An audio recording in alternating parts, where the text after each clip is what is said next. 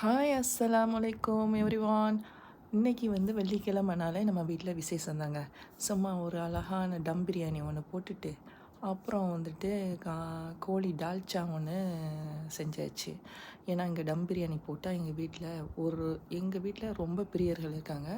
So வந்து கோழி டால்ச்சா போட்டுட்டு, அதோட இங்கே வீட்டில் என்னென்னா ஒரு ட்ரிப் 2 ட்ரிப் அப்படியே சாப்பிட்டுக்கிட்டே இருப்பாங்க இது பண்ணி.